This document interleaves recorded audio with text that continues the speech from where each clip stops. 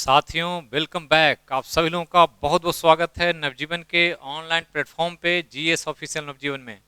मैं एच रोशन आपके सामने एक बार फिर उपस्थित हूँ एक नया क्वेश्चन आवर लेकर के। क्वेश्चन आवर एट 9 PM में साइंस का 20 महत्वपूर्ण सवाल, जिसमें फिजिक्स, केमिस्ट्री और बायो का कुछ महत्वपूर्ण कॉन्सेप्ट इस क्वेश्चंस के माध्यम से समझने का प्रयास करेंगे, जो आने वाला एग्जाम में बिहार इंटर स्तरीय, दरोगा या बीपीएससी या और भी जो एग्जाम्स एसएससी और रेलवे का होने वाला है, उन सब में काफी महत्वपूर्ण भूमिका होगा इन सब प्रश्नों के द्वारा, जो कॉन्सेप्ट आप समझेंगे उसका। तो चलिए शुरू करते हैं आज का क्वेश्चन आवर और 20 सवाल पर नजर डालिए, कॉन्सेप्ट को समझिए और इसको पढ़ाई में शामिल कीजिए। और ध्यान रखें कि ये 10वां सेट है आपका क्वेश्चन आवर एट 9 PM में साइंस का ये एक महत्वपूर्ण सेशन होने वाला है। तो चलिए देखते हैं पहला सवाल, जो बायोलॉजी से लिया गया है और काफी महत्वपूर्ण है। कई बार एग्जाम में यहां से सवाल पूछा गया है। कहता है पृथ्वी पर सर्वप्रथम जीवन की उत्पत्ति हुई डैश।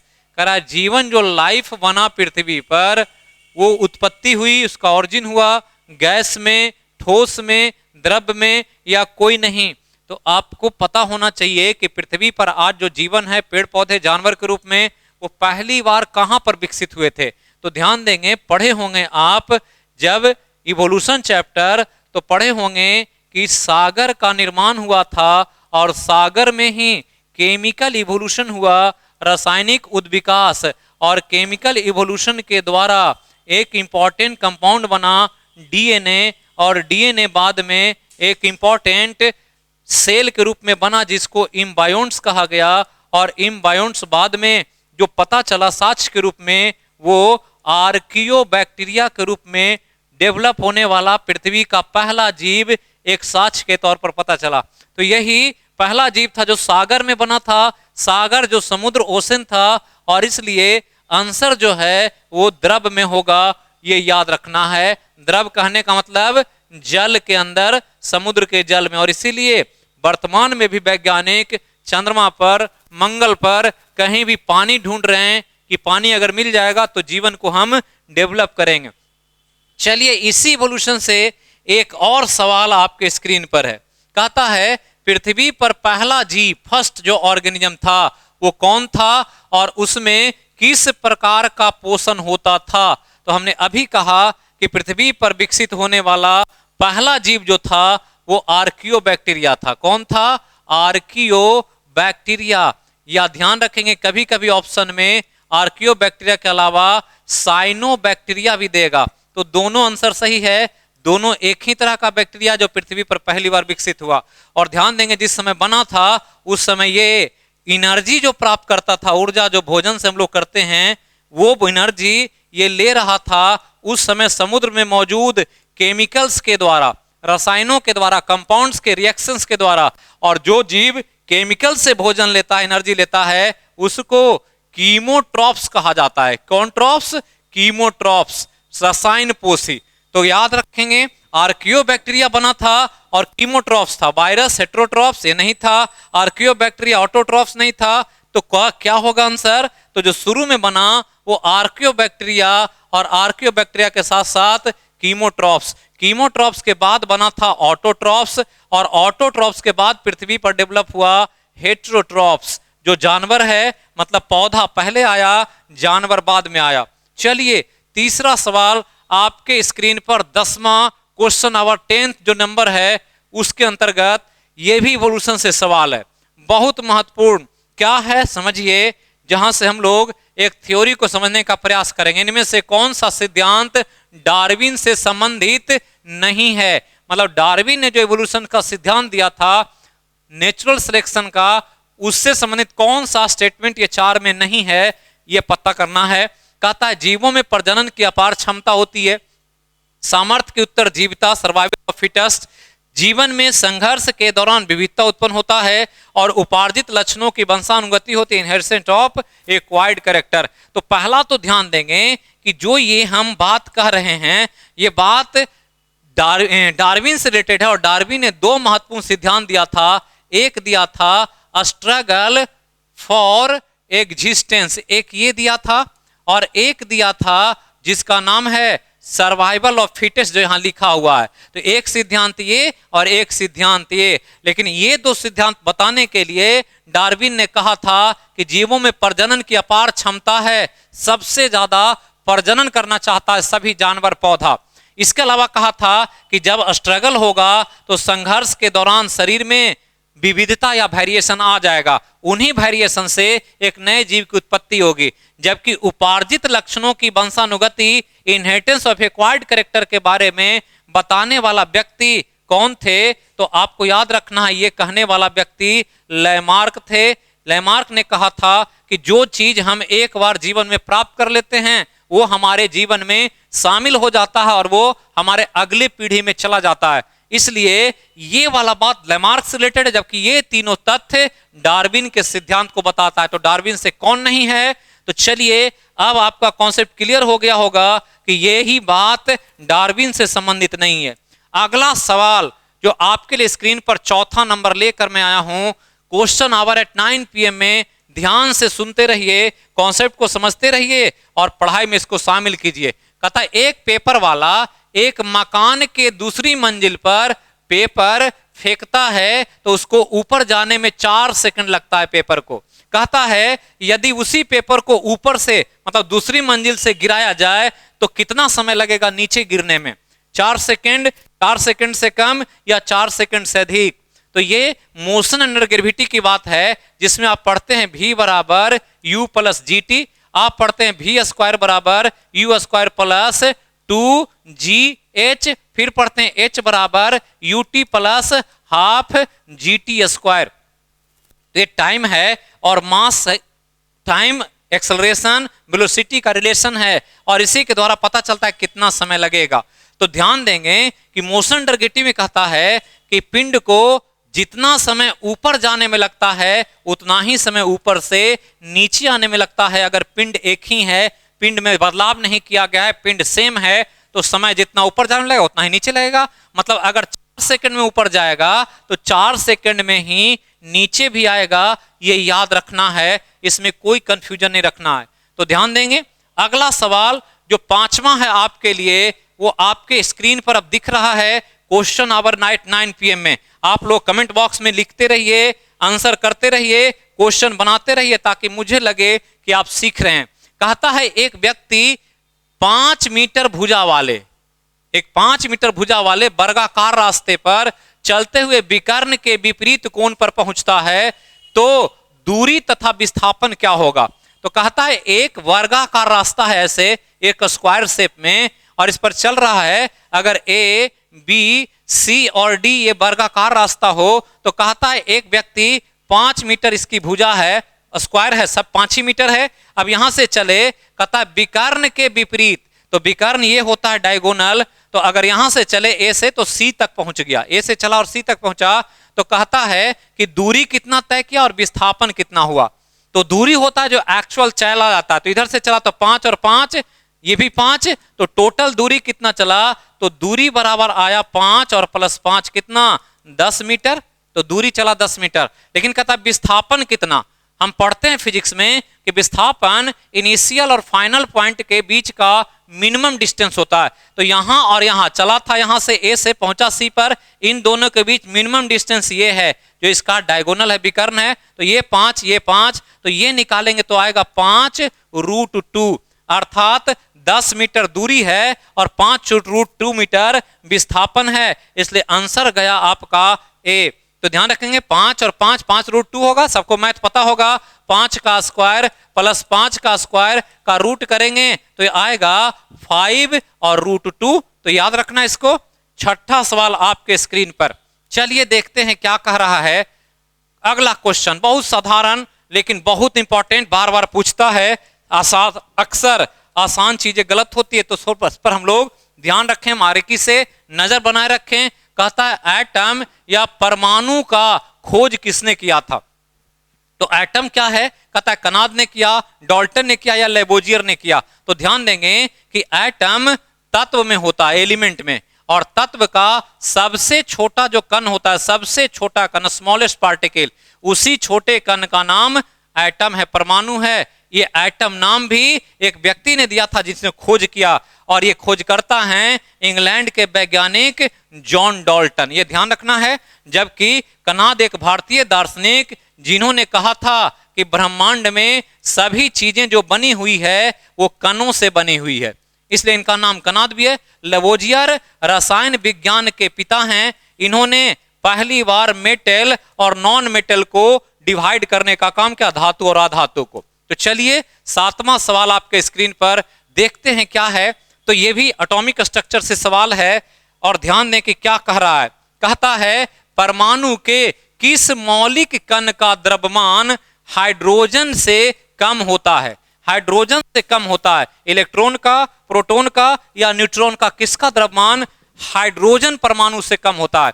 तो इलेक्ट्रॉन का द्रव्यमान आपको पता होना चाहिए 9.1 गुना 10 का पावर -31 kg, जबकि प्रोटॉन का द्रव्यमान 1.672 गुना 10 का पावर -27 kg, और न्यूट्रॉन का द्रव्यमान 1.675 गुना 10 का पावर -27 kg। और इस प्रकार से आप देखें तो ये प्रोटॉन है, और प्रोटॉन ही हाइड्रोजन एटम होता है। हाइड्रोजन का एटम और प्रोटॉन का मास दोनों का बराबर होता है, और इस हिसाब से देखें तो इससे कम हाइड्रोजन परमाणु से कम कौन होगा? तो आपको अब दिख रहा है कि इसका आंसर ए होगा, इलेक्ट्रॉन। तो ध्यान देंगे। अगला सवाल जो 8वां आपके लिए स्क्रीन पर है, क्या कहता है, ध्यान दीजिए।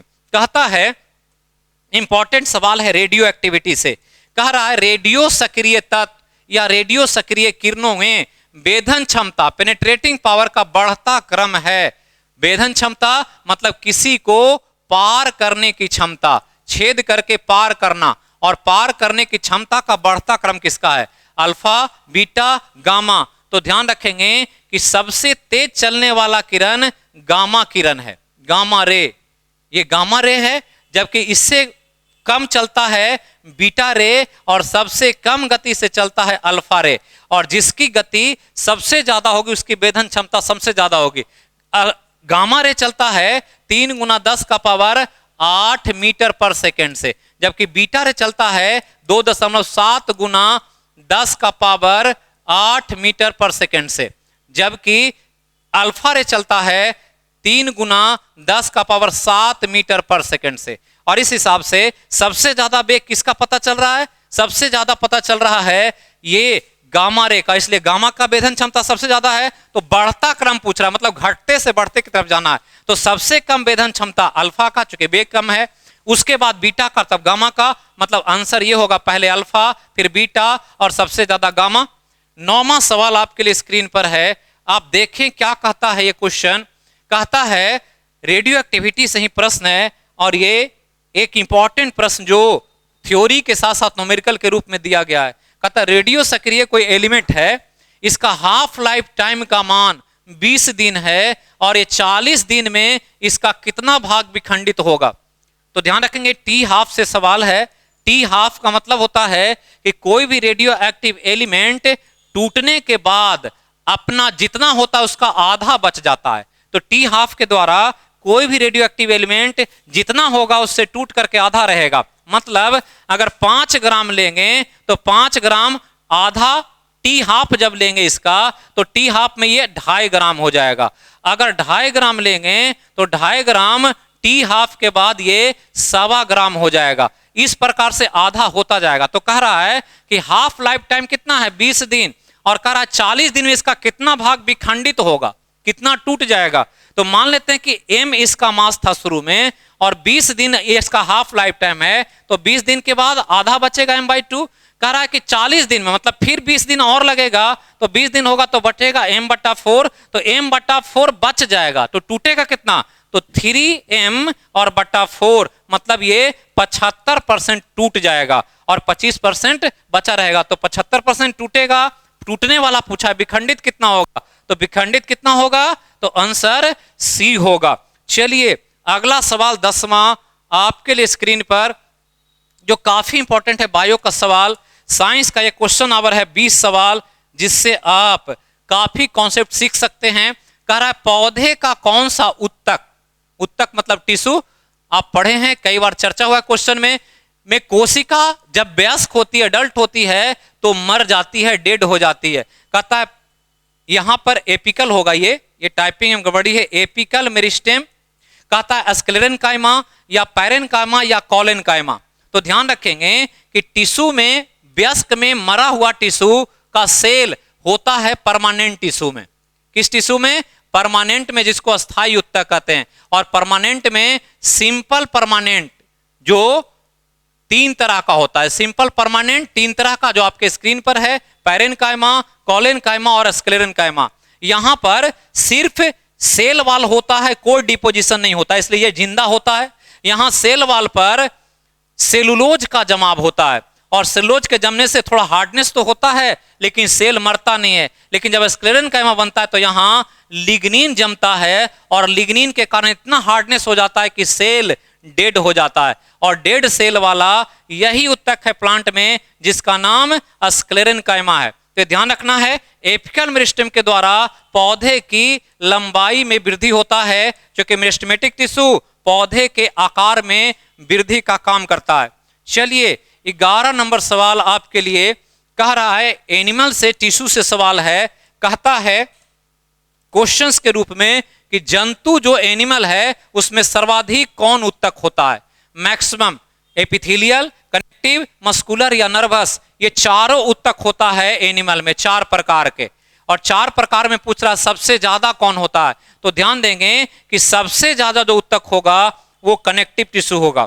कनेक्टिव टिश्यू, जो ध्यान रखेंगे कि कुल बॉडी का 30% भाग कनेक्टिव टिश्यू से बनता है, जिसमें कई तरह के टिश्यू हैं। आप पढ़ते होंगे एरियोलर, आप पढ़ते होंगे एडिपोज, आप पढ़ते होंगे स्केलेटल कनेक्टिव टिश्यू, और स्केलेटल के साथ साथ फ्लूइड कनेक्टिव टिश्यू। तो हड्डी, cartilage, bone, blood, lymph, muscles में मस्कुलर टिश्यू तो अलग है, लेकिन brown adipose tissue, white adipose tissue और लिगामेंट और टेंडन, ये सब कनेक्टिव टिश्यू है। और शरीर का मैक्सिमम भाग कनेक्टिव टिश्यू से बना रहता है।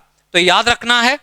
12 नंबर सवाल आपके लिए स्क्रीन पर, जो एक फिजिक्स का सवाल है। फिजिक्स में मैकेनिक्स से सवाल दिया गया है। कहता किसी पिंड को किसी अक्ष के परितः घुमाने के लिए आवश्यक भौतिक राशि है। तो कह रहा है एक पिंड लें जिसको किसी एक्सिस से घुमाना है। मान लिया एक पिंड है ये, और इस पिंड को आप चाहते हैं एक एक्सिस अगर इसको बनाएं और इसको ऐसे इसको घुमाना चाहते हैं गोल गोल इसके बीच से, मतलब बीच से एक रॉड डालें और चाहते हैं घूमे, तो क्या लगाएंगे कि घूमेगा? बल लगाने से घूमेगा, त्वरण लगाने से घूमेगा, टॉर्क बलाघूर्ण लगाने से घूमेगा? कोई नहीं। तो ध्यान देंगे कि इसको घुमाने के लिए आपको फोर्स लगाना पड़ेगा, और फोर्स को यहां से एक डिस्टेंस d पर लगाना पड़ेगा, तब घूमेगा।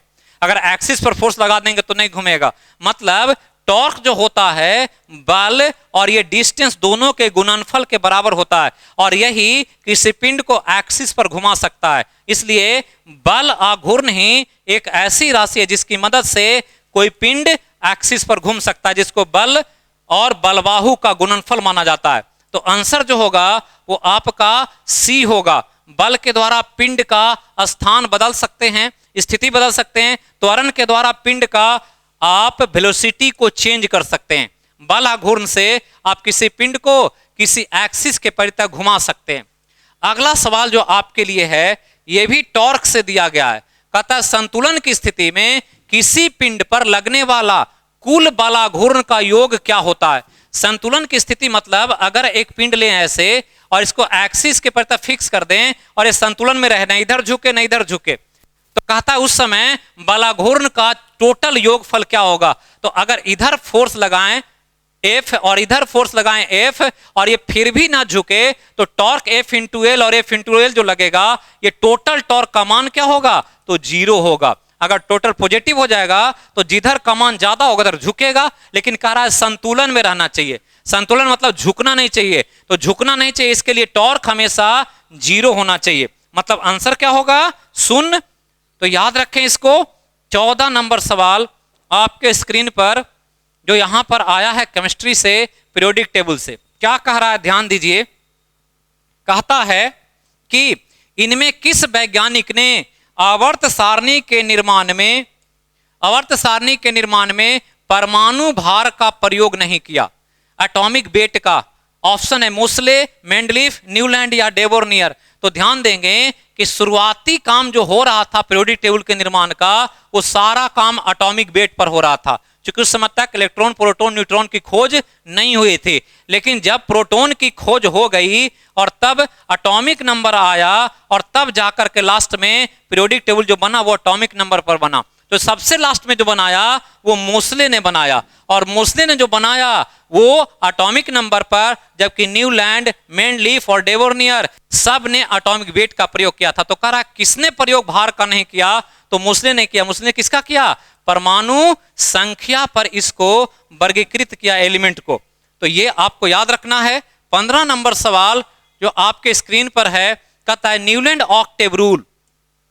न्यूलैंड का ऑक्टेव रूल जो है, अष्टक नियम न्यूलैंड का, किन तत्वों का भौतिक और रासायनिक गुण समान होता है, मतलब इस रूल से कौन कौन तत्व का गुण समान होता है।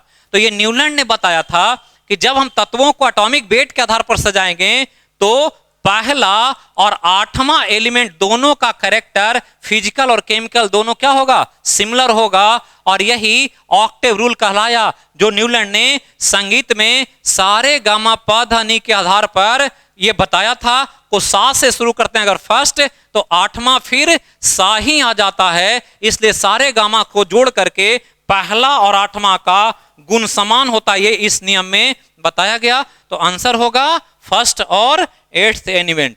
चलिए 16 नंबर सवाल आपके स्क्रीन पर क्या कह रहा है, ध्यान दीजिए। कहता है इनमें सबसे बड़ा परमाणु कौन सा है। यह भी सवाल कई बार पूछा गया एग्जाम में। इनमें सबसे बड़ा परमाणु, मतलब परमाणु का साइज अगर तत्व दिया जाए चारों, तो किसका बड़ा है? तो परमाणु का साइज निकलता है न्यूक्लियस से ऑर्बिट के दूरी के आधार पर। अगर इतना बड़ा है तो यहां से जो रेडियस होगा ये परमाणु बताएगा कि साइज कितना बड़ा है। और जब पीरियोडिक टेबल पढ़ते हैं तो पता चलता है कि अगर हम ऐसे चलें, मतलब पीरियड में चलें लेफ्ट टू राइट, लेफ्ट से राइट की तरफ जाएं, तो हमारा साइज छोटा होता है एटम का। और ऊपर से नीचे आए, लेफ्ट टू राइट की जगह अगर टॉप टू बॉटम आए, ऊपर से नीचे की तरफ, तो साइज जो क्या होगा वो बड़ा होगा। तो इसमें 4 ऑप्शन है, एल्युमिनियम, कैल्शियम, पोटेशियम और मैग्नीशियम। तो मैग्नीशियम का 12 होता है, उसके बाद एल्युमिनियम 13 होता है, नीचे में कैल्शियम है, कैल्शियम मैग्नीशियम के नीचे है, और कैल्शियम के पहले पोटेशियम है। तो इसके हिसाब से देखें तो ये इधर में सबसे लास्ट में ही है, इसका मतलब इसका साइज सबसे छोटा है। इधर आए तो ये बड़ा है, लेकिन इससे इधर ये है, इसलिए सबसे बड़ा पोटेशियम है, इसलिए आंसर क्या होगा? पोटेशियम होगा। तो ध्यान देना है। अगला सवाल 17 नंबर जो आपके स्क्रीन पर है, जो ग्रेविटेशन से सवाल साइंस के क्वेश्चन आवर में लेकर हम आए हैं आप लोगों के लिए। कहता है 2 पिंडों के बीच की दूरी दुगनी किया जाए तो गुरुत्वाकर्षण बल का मान खाली जगह है हो जाएगा कितना? तो ग्रेविटेशन फोर्स निकाला था न्यूटन ने, एफ जी बराबर जी m1 m2 और बटा आर स्क्वायर, ये फोर्स होता है 2 पिंडों के बीच। कहता है यहां करना क्या है कि दूरी को दुगना कर देना है, मतलब आर को दुगना करें। तो यहां पर अगर ये कांस्टेंट है, आर के हिसाब से दुगना करें तो एफ जी का मान जो होगा एक दुगना करेंगे तो जी m1 m2 और आर को कितना करना, दुगना करना, तो 2r स्क्वायर कर दें। 2r स्क्वायर करेंगे तो आर स्क्वायर रहेगा और 2 की जगह क्या होगा 4 हो जाएगा। मतलब यहां जो वैल्यू आएगा वो एफ जी बराबर 1/4 जी m1 m2 और बटा आर स्क्वायर। तो ये तो पहले था ही जितना था, लेकिन 4 नीचे आ गया, मतलब 1/4 हो गया। अगर दूरी दुगना करेंगे तो फोर्स 1/4 हो जाएगा। तो कौन आंसर होगा? तो आंसर डी होगा। आगे चलिए 18 नंबर सवाल क्वेश्चन आवर का महत्वपूर्ण। कहता है एक व्यक्ति चंद्रमा पर चला जाए, चंद्रयान 3 पर काम कर रहा है इंडिया, और इस हिसाब से कुछ सवाल यहां से जोड़कर पूछा जाएगा। कहता है एक व्यक्ति चंद्रमा पर जाएगा तो व्यक्ति का क्या परिवर्तित होगा, क्या बदल जाएगा? व्यक्ति का शरीर का तापमान बदल जाएगा, शरीर का वजन बदल जाएगा, शरीर का भार बदल जाएगा, शरीर का आकार बदल जाएगा, क्या बदलेगा?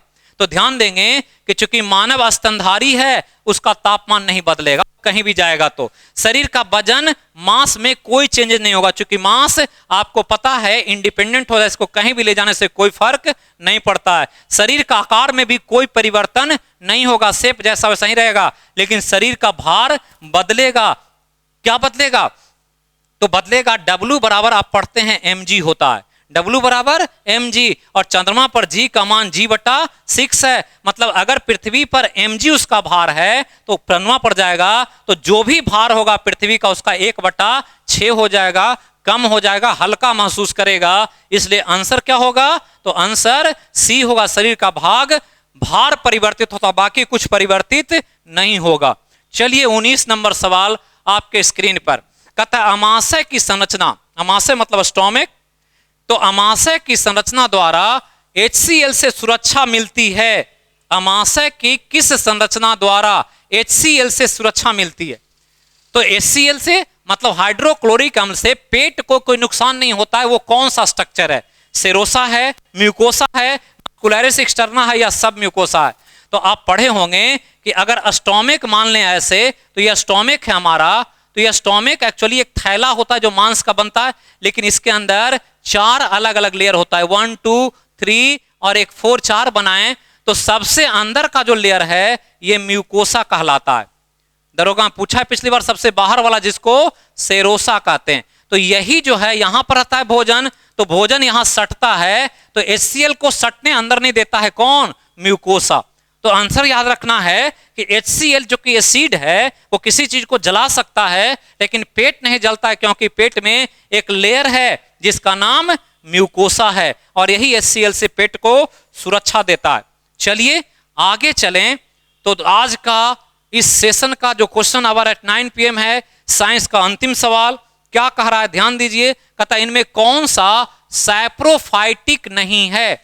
इनमें कौन सैप्रोफाइटिक नहीं है? मृतोपजीवी, जीवाणु, कवक, शैवाल या सभी? तो मृतोपजीवी मतलब आप पढ़े होंगे सड़े गले चीजों से भोजन लेना।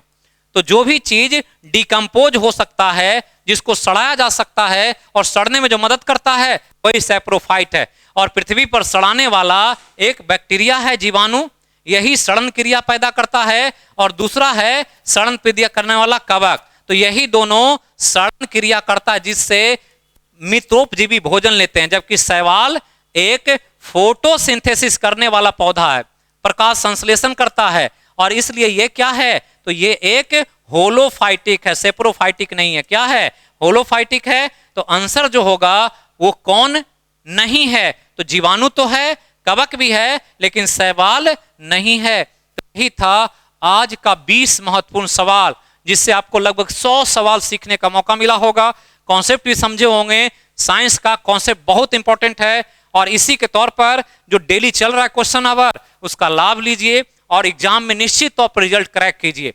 जो सब विषय हम लेकर आ रहे हैं, आर्ट्स हो, साइंस हो, करंट अफेयर हो, मिसलेनियस हो, सब कुछ दे रहे हैं आपको, ताकि किसी विषय में कोई परेशानी ना हो। तो चलिए फिर मिलेंगे एक नए सेशन में, क्वेश्चन आवर 9 PM में, आर सेक्शन का 20 सवाल लेकर के, हिस्ट्री, ज्योग्राफी और पॉलिटी। तब तक जहां रहिए, स्वस्थ रहिए, मस्त रहिए, और जुड़े रहिए। चैनल से सब्सक्राइब भी कीजिए और हर ग्रुप में शेयर भी कीजिए। Thank you. जय हिंद, जय भारत।